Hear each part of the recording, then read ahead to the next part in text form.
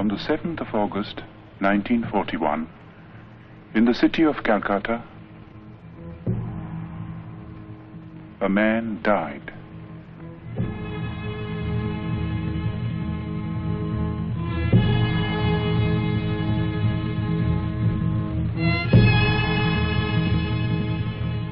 His mortal remains perished, but he left behind him a heritage which no fire could consume.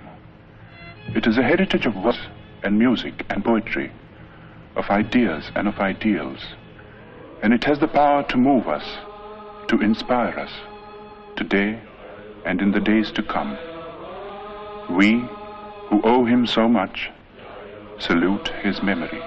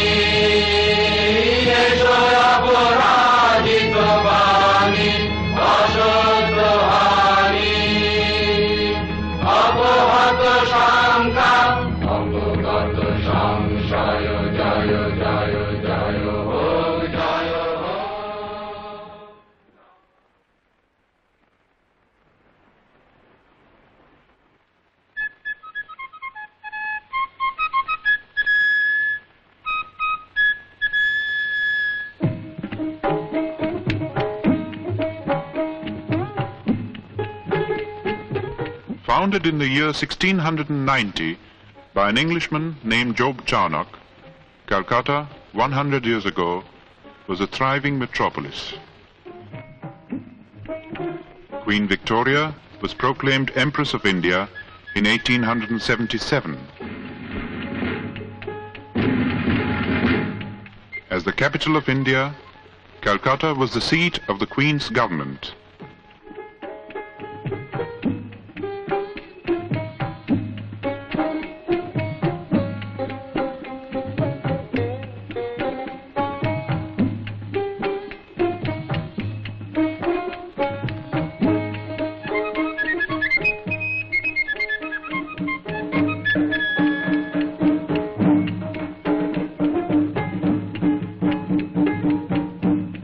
In the northern part of the sprawling city, in the area known as Jorashako in Chitpur, was the family residence of the Tagores. The Tagores had an impressive lineage. It dated back to the first group of learned Brahmins that came from Kannauj and settled in Bengal in the 8th century. 1,000 years later, Panchanan, a descendant, came to the new city of Calcutta and found a lucrative position with a British shipping company. His grandson Nilmoni added to the family fortune and built the house at Jorashako.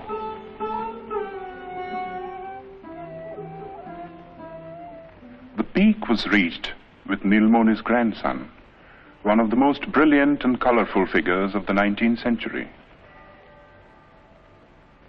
Rabindranath Tagore combined cultured sophistication with a largeness of heart and a rare degree of business acumen. Coal, sugar, indigo, exports, banking, newspaper. There was no end to his enterprises, and he succeeded in all. If his earnings were fabulous, so were his spendings.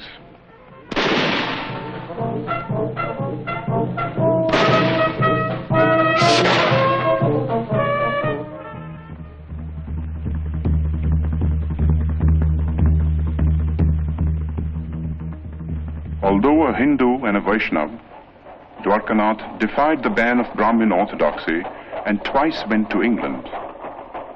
There he had an audience with Queen Victoria, discussions with Gladstone, and dinner with men like Dickens, Thackeray, and Max Muller.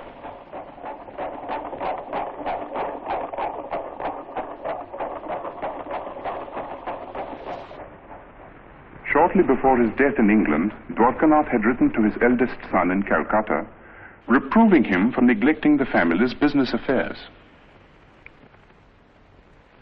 For some years past, young Rabindranath had been developing tendencies which might well have distressed his father. It began in a burning cart. The last rites were being administered to Rabindranath's grandmother.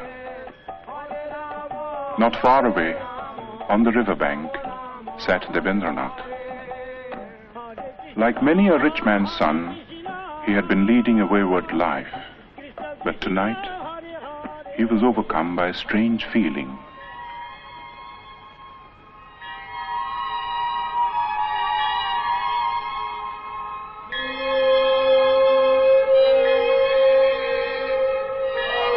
Worldly possessions seemed to lose their meaning for him.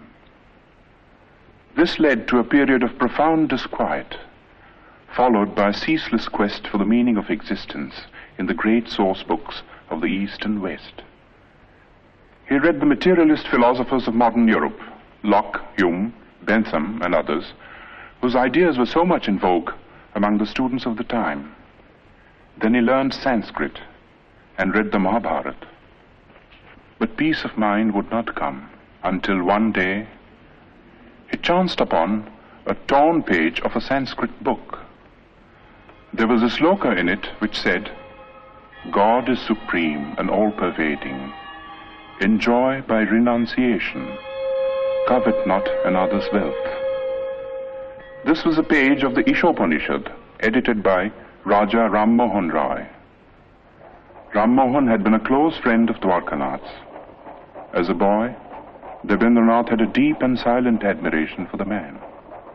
But the greatness of the Raja's vision and the magnitude and nobility of the tasks he had set before himself were beyond the boy's comprehension.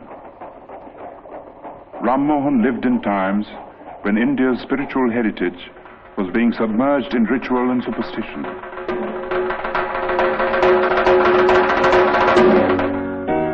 While in the West, a whole new concept of humanity was emerging.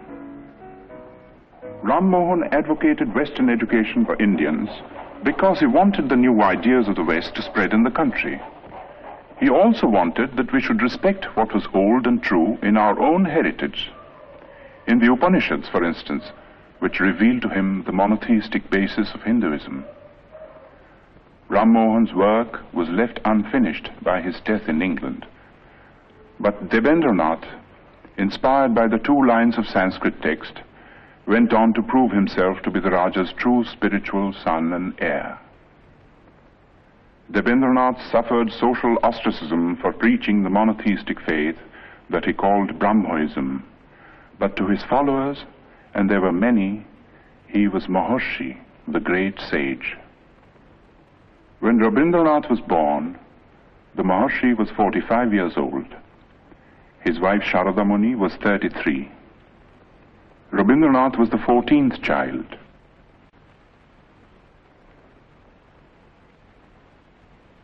The eldest was Dijendranath, poet, philosopher, mathematician. Second son Satyendranath translated the Gita and Meghdut in Bengali verse and became the first Indian member of the Indian civil service. The 5th son Jyotirindranath was a born musician, translated Moliere and Sanskrit dramas into Bengali, and wrote and staged some of the most popular Bengali plays of his time.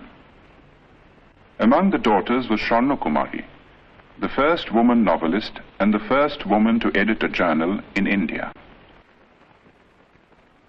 Indeed, it was a household which hummed with artistic activity.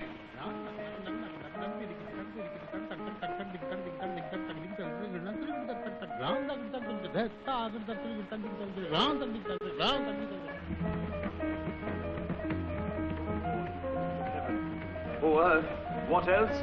Else shall I couple hell? Oh, fie, hold my heart. And you, my sinews, grow not instant old, but bear me stiffly up. Remember thee? For Roby, the time hadn't yet come to participate in the activities of the elders.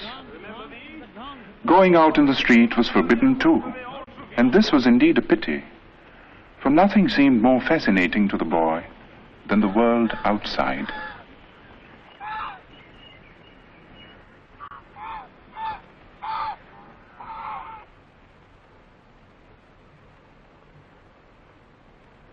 At the age of 7, Robbie was sent to school.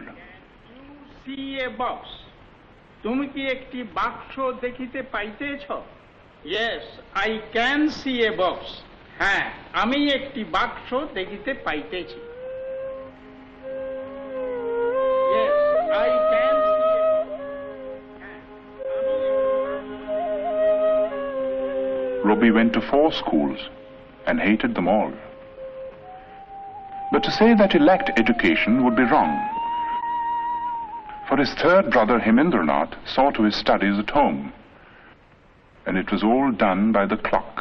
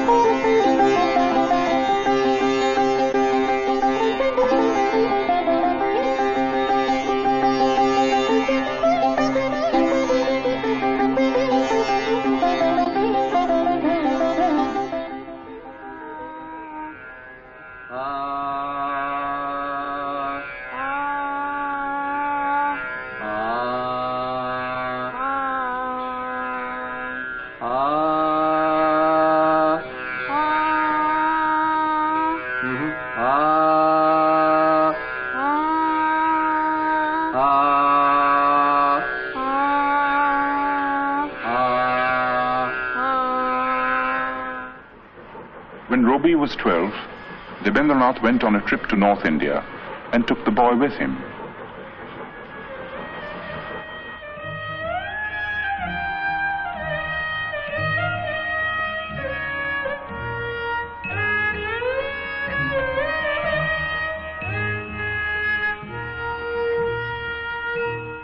The last stop on a long tour was the rest house on Bakrota, the highest hill in the hill station of Dalhousie in the Punjab.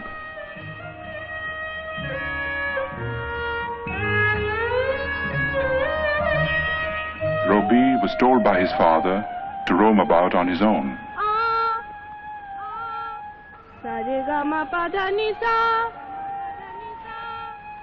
He was also taught to rise before the sun.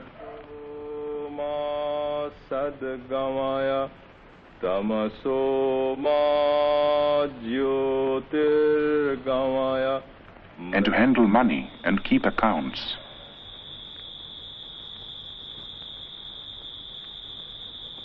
The days often ended with a boy singing devotional songs to his father.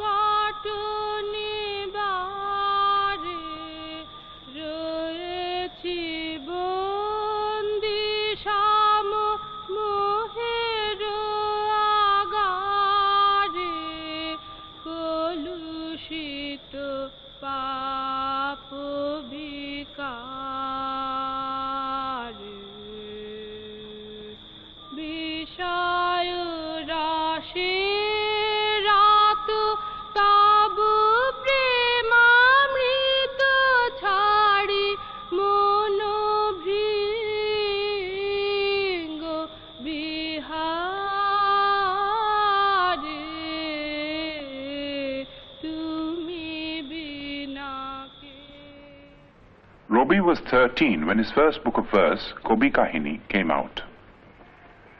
When Robbie was 16, Rabindranath brought out a literary magazine called Bharati, and Robbie found an admirable platform for his literary activities.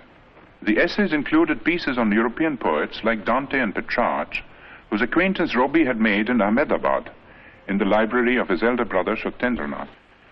Satyendranath's wife, Ganadhanandini, who was staying in England with her 2 children, was a remarkable woman who had been persuaded by her husband to come out of orthodox seclusion. Roby set out for England in the summer of 1878 and joined Ganadhanandini in Brighton.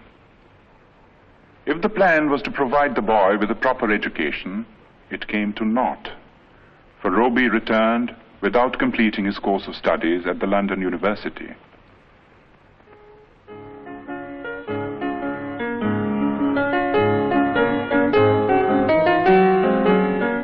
While in England, Rabindranath had become acquainted with Western music. Some of the tunes he had learned found their way into his enchanting opera, Valmiki Pratibha.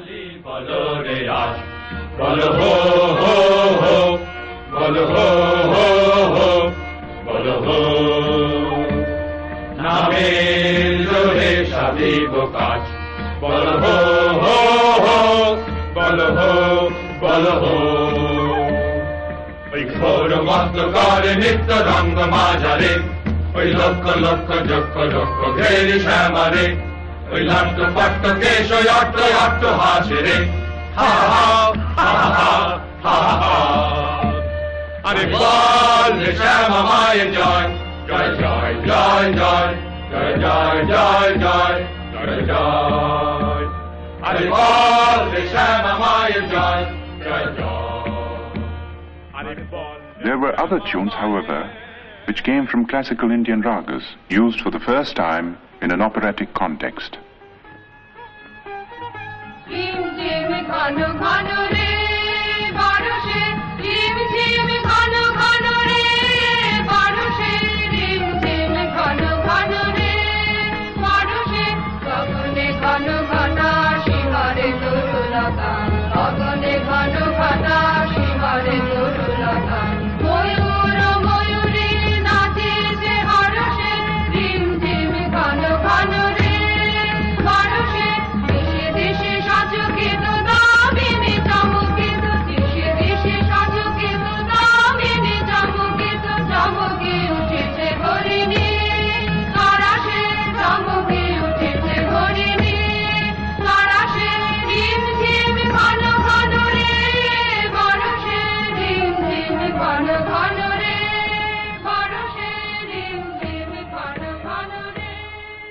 Valmiki Pratibha was staged in the Tagore residence with Rabindranath in the role of the bandit-turned-poet.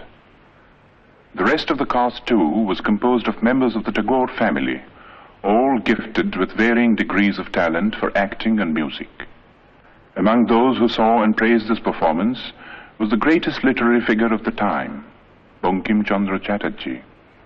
A year later, when Rabindranath's Shandha Sangeet was published, Bankim Chandra personally congratulated the poet and acknowledged his preeminence among the rising writers of the day.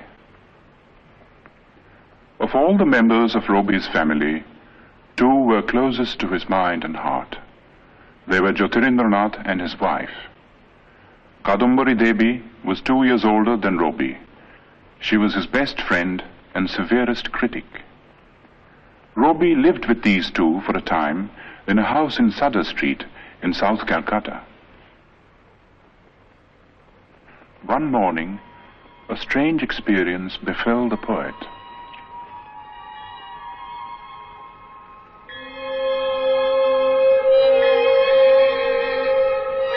One day, while I stood watching at early dawn, the sun sending out its rays from behind the trees, I suddenly felt as if some ancient mist had in a moment lifted from my sight, and the morning light on the face of the world revealed an inner radiance of joy. The poem I wrote on the first day of my surprise was named The Awakening of the Waterfalls.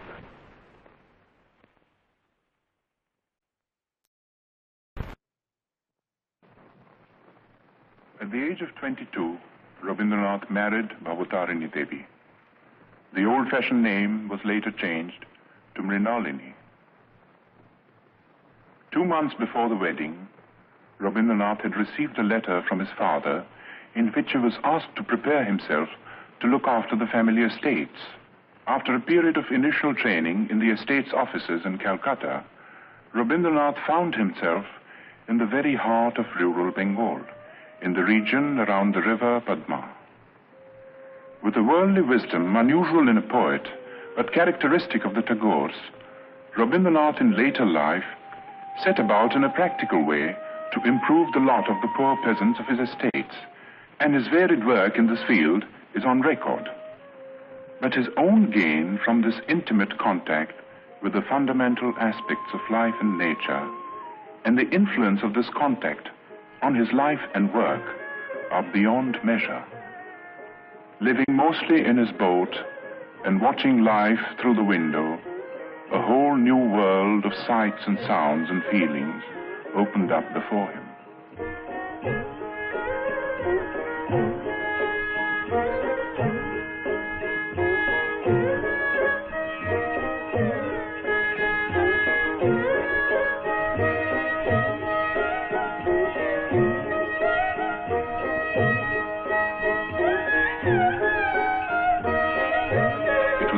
In which the moods of people and the moods of nature were inextricably interwoven.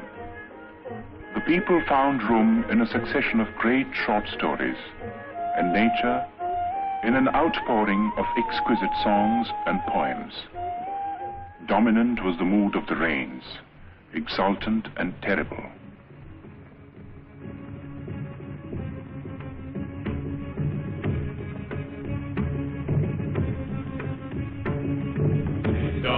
Mandrilla Gamaru Guru Guru Kalo Megir Guru Kutila Kunjito Bolo Romanjito Bono Bonantar Vidaye Mandrilla Gamaru Guru Guru Tulila Chanchala Bokho Hindole Milano Shabne Shekono Ditire Vidaye Mandrilla Gamaru Guru Guru Shagana Bhashana Shabda Mukharita Vajra Shajagita Drasta Sharvari Shagana Bhashana Shabda Mukharita Vajra Shajagita Drasta Sharvari Alati Ballari Kapai Pallava Koluna Kallade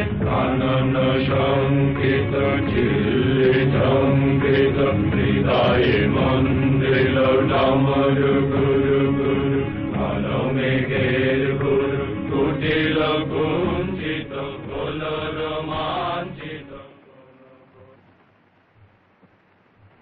In 1901, Rabindranath was 40 years old. His already enormous output of poems and plays had been gathered in one big volume. It comprised 21 books and included Shonarturi, his first masterpiece.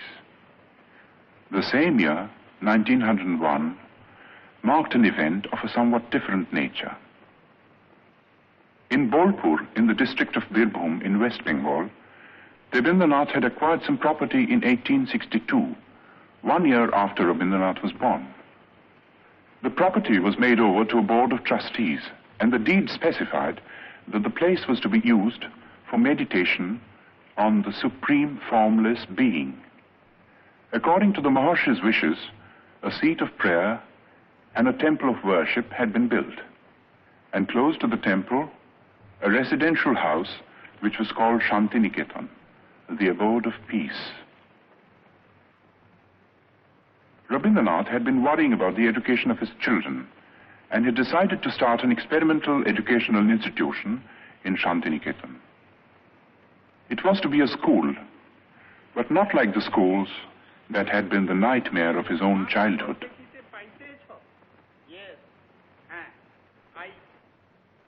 It was to be like the forest hermitages of classical India.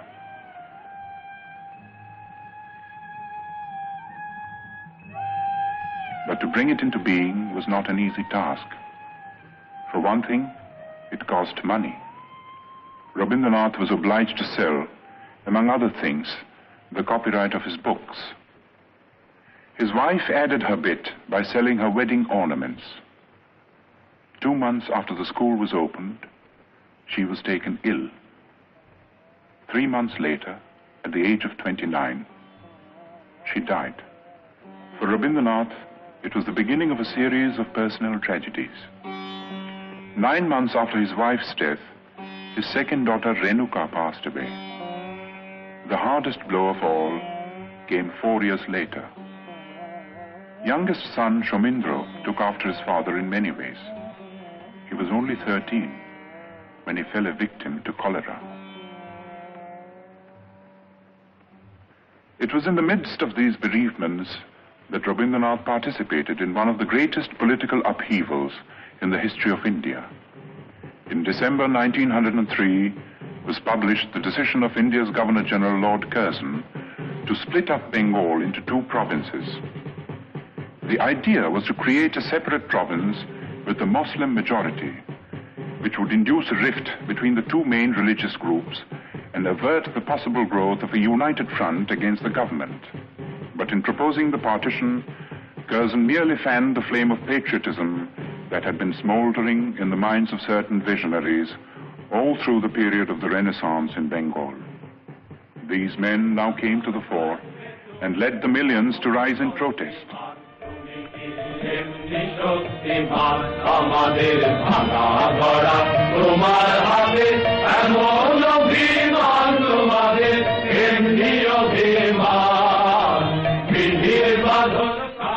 The series of stirring patriotic songs which Rabindranath composed for the occasion were sung in procession in the streets of Calcutta, with the poet himself in the lead.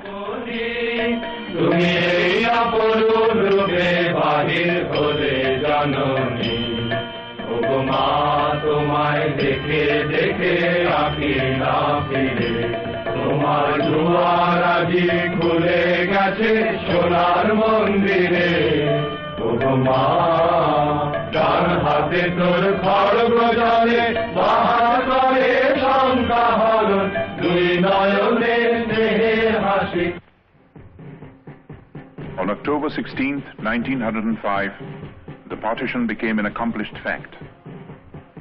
In a form of protest that only a poet could conceive, Rabindranath turned the Black Day into a mass festival of Rakhi Bandhan, the tying of the band of friendship.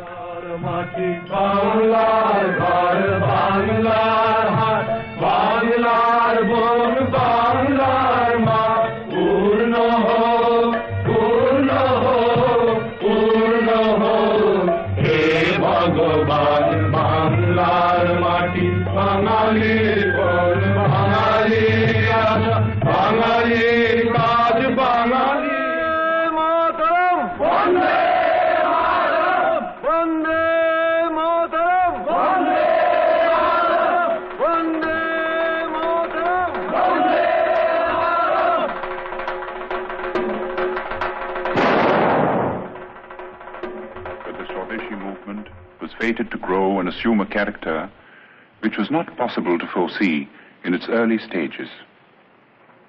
While admitting the bravery and patriotism of those who killed or were killed in a reckless bid for freedom, Rabindranath could not condone terrorism. He stated his credo in clear terms. The path of violence was not for India. Good could come only out of constructive work carried out in a spirit of tolerance.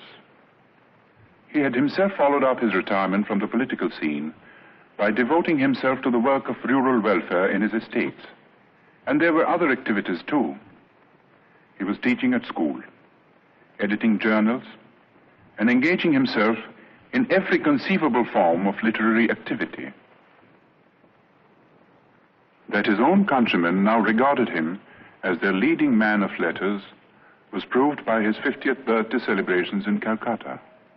Sponsored by the Bengal Academy of Letters and attended by thousands, it was a unique occasion and the first time that such an ovation had been given a literary man in India. But to the outside world, Rabindranath was still an unknown name. The object of Rabindranath's visit to England in 1912 was to study the educational methods of the West, and also to acquaint the West with his own work at Shantiniketan. He happened to carry with him on this occasion a notebook containing his own English translations of some of his songs, mainly from Gitanjali. He showed these translations to the English painter William Rothenstein, who had met him on an earlier visit to India. Rothenstein was so impressed that he sent a copy of the translation to the well-known Irish poet Yeats. In introducing the poems to a gathering of English writers and intellectuals, Yeats said, "I know of no man in my time who has done anything in the English language to equal these lyrics. Even as I read them in this literal prose translations, they are exquisite in style and thought." Gitanjali was published in England in the same year. There has rarely been another instance of a poet gaining world fame in like manner. The Nobel Prize came in 1913 and the knighthood in 1915, while war was raging in Europe.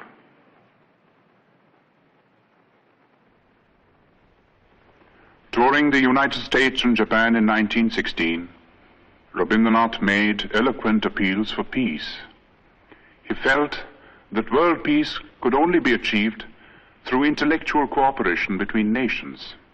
He said, "The call has come to every individual in the present age to prepare himself and his surroundings for the dawn of a new era, when man shall discover his soul in the spiritual unity of all human beings."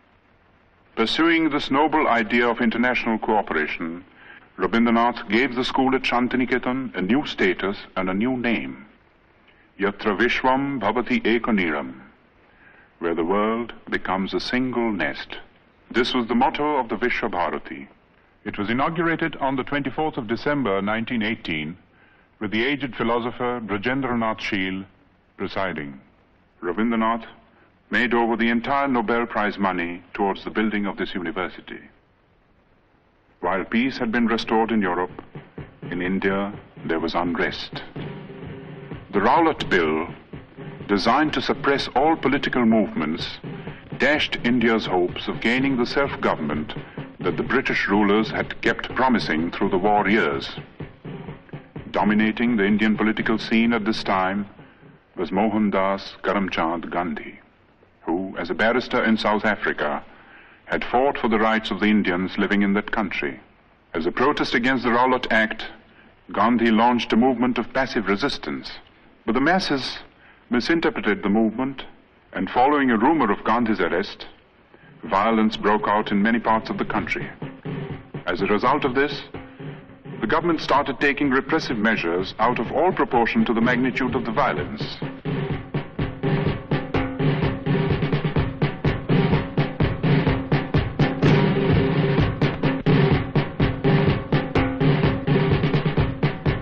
In the Punjab, martial law was declared.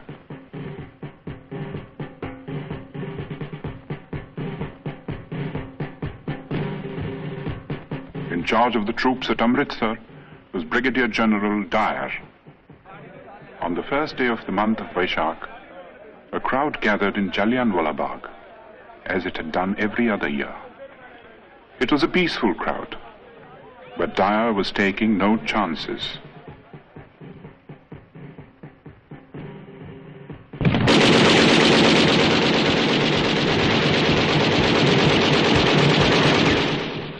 News of the Amritsar incident was suppressed by the government, but details filtered through to other parts of the country, and even to the abode of peace.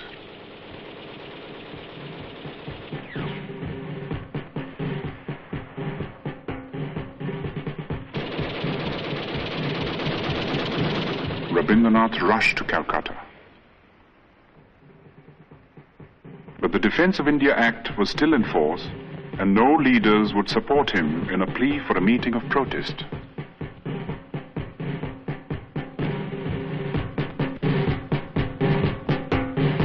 At 4 o'clock in the morning of May the 30th, Rabindranath finished writing a letter.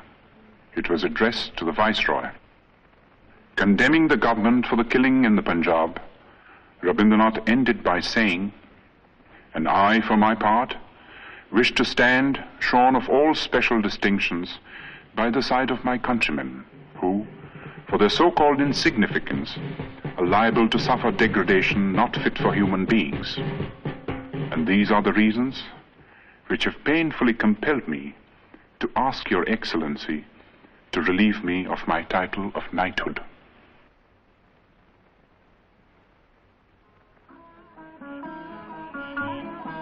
The next 10 years of Rabindranath's life were filled with ceaseless activity. The urge to travel and the necessity to collect funds for his university took him to all parts of the world, and the West, as much as the East, welcomed him with open arms.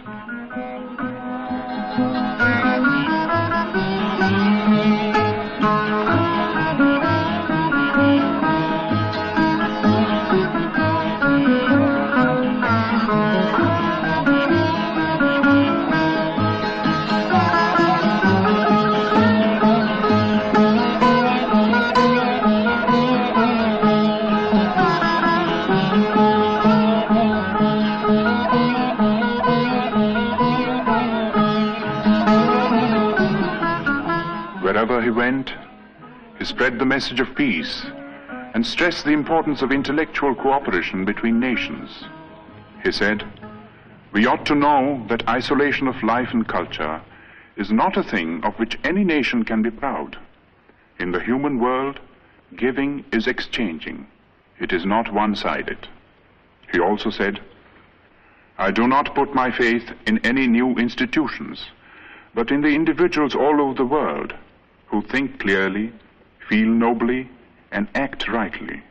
They are the channels of moral truth." His great humanist ideas found an echo in the best minds of Europe, and some of them became his close friends.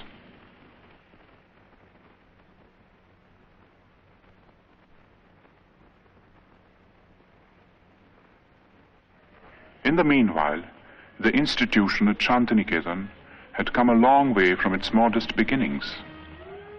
Its scope for studies had greatly increased. There was Kalabhavan for the study of painting, under masters like Nandulal Bose.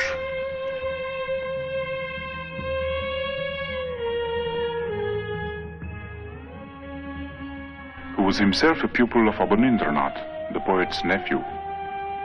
The Sangeet Bhavan, which neglected no branch of Indian music, had also grown under Dinendranath, another nephew of the poet. Special provisions were made for conducting Oriental studies, and scholars came from all over the world, stayed to lecture, for research, to exchange ideas. Such men were Levy, Winternitz, Lesny, Stenkonov. And there were some Europeans who did even more than that. Charles Freer Andrews, a missionary who was present at Yeats's reading of Gitanjali, and William Winstanley Pearson, who also met the poet in England, came to the ashram in its early days and stayed on until their death, working with a selfless devotion to the poet and his cause that few Indians could equal. Leonard Elmhurst was another Englishman whom Tagore had met in America. He was drawn by the poet's personality, came over to Shantiniketan, and took charge of the School of Rural Handicrafts, another of Rabindranath's experiments at Shurul, 2 miles from Shantiniketan.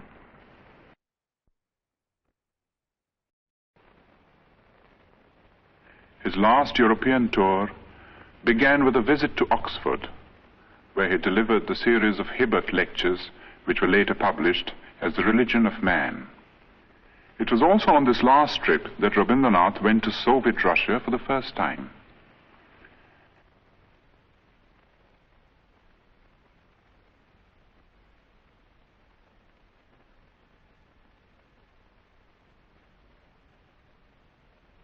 On the eve of his departure from Moscow, he told his hosts, "You have recognized the truth that in extirpating all social evils, one has to go to the root, and the only way to it is through education." In Russia, as well as in other countries that he visited on this tour, Rabindranath held exhibitions of his paintings. At the age of 70, Rabindranath had found a new outlet for his creative urge. It was astonishing the way it started.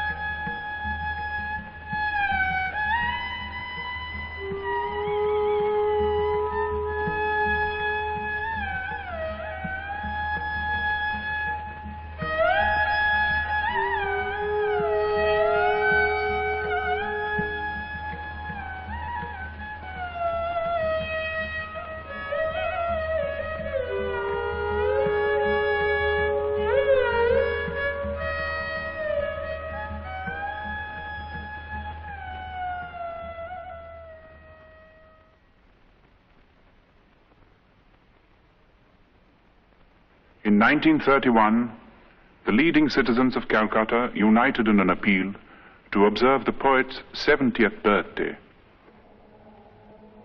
It was celebrated in a manner that was truly worthy of the occasion.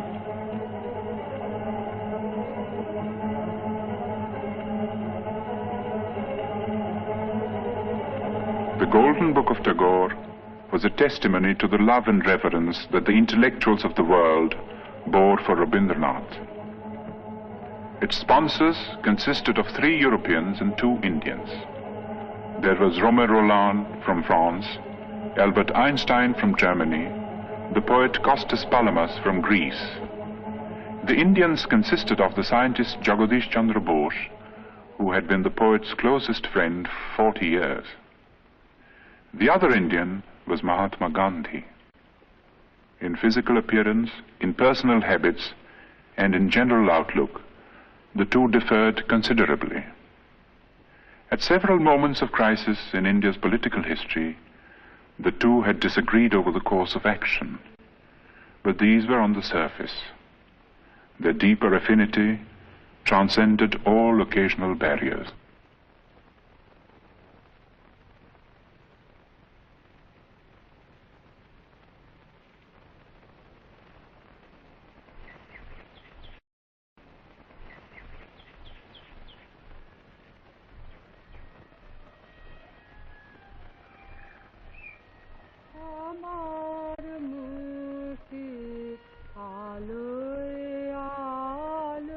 The last years of the poet's life were spent largely in his beloved Shantiniketan.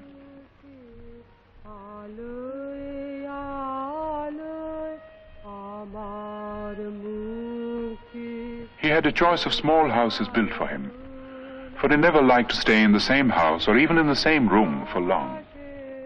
It was, in a way, symbolic of the refusal to get into a rut which marked his whole life. In his writings, He was now producing some of his most striking, original and mature works, and these included textbooks and nonsense rhymes for children, not an unusual occupation for someone who had loved and understood children so well and done so much to mold them for a better future.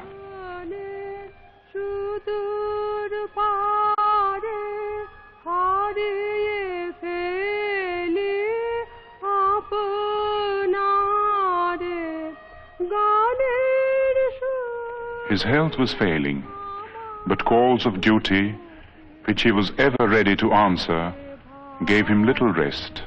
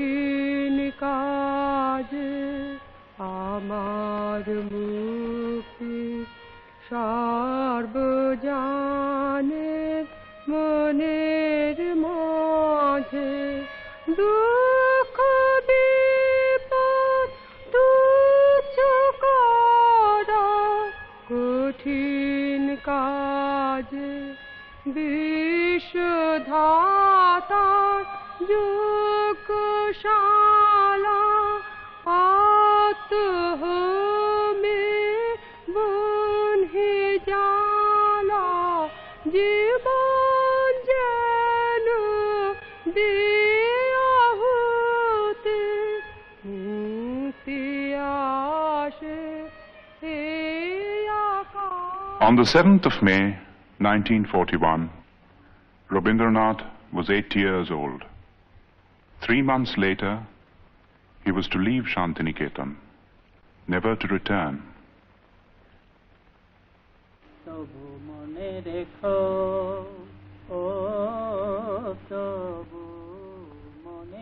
He would be taken to his ancestral house in Calcutta, fatally ill.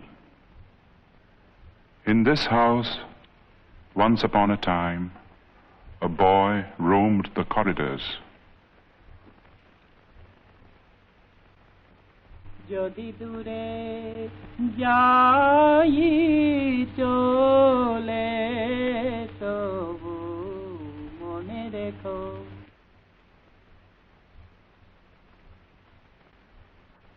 What is the fun of always writing and writing? When I take up father's pen or pencil and write upon his book just as he does, A, B, C, D, E, F, G, H, I, why do you get cross with me then, mother? You never say a word when father writes. When my father wastes such heaps of paper, mother, you don't seem to mind at all. But if I take only one sheet to make a boat with, you say, child, how troublesome you are. What do you think of father spoiling sheets and sheets of paper with black marks all over on both sides?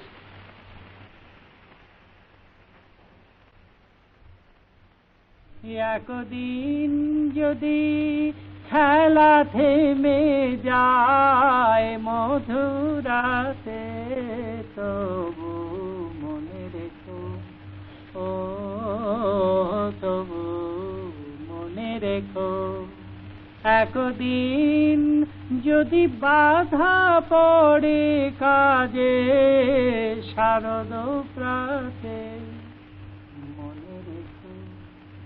যদি পড়িয়া মনে ছলো ছলো জল নাই দেখা দেয় নয়ন কোণে তো মনে রেখো।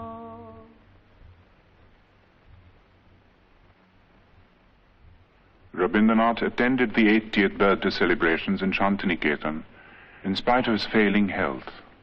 Today, for the occasion, he had composed a message his last message to the world.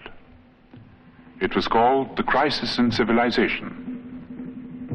It concerned itself with the state of the so-called modern civilization, a civilization that was being shaken to its very roots by barbaric wars of aggression.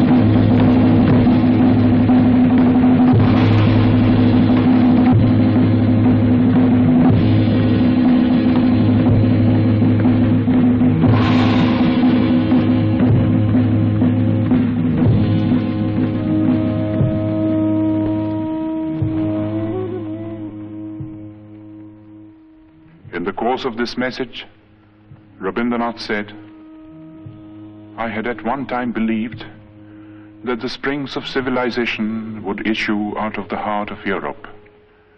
But today, when I'm about to leave the world, that faith has deserted me. I look around and see the crumbling ruins of a proud civilization strewn like a vast heap of futility.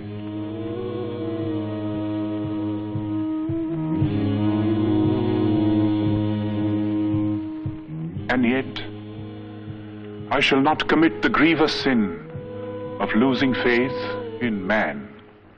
I shall look forward to a new dawn, to a new chapter in history, when the Holocaust will end and the air will be rendered clean with the spirit of service and sacrifice. Perhaps the dawn will come from this horizon, from the east, where the sun rises. On that day, will unvanquished man retrace his path of conquest, surmounting all barriers to win back his lost human heritage.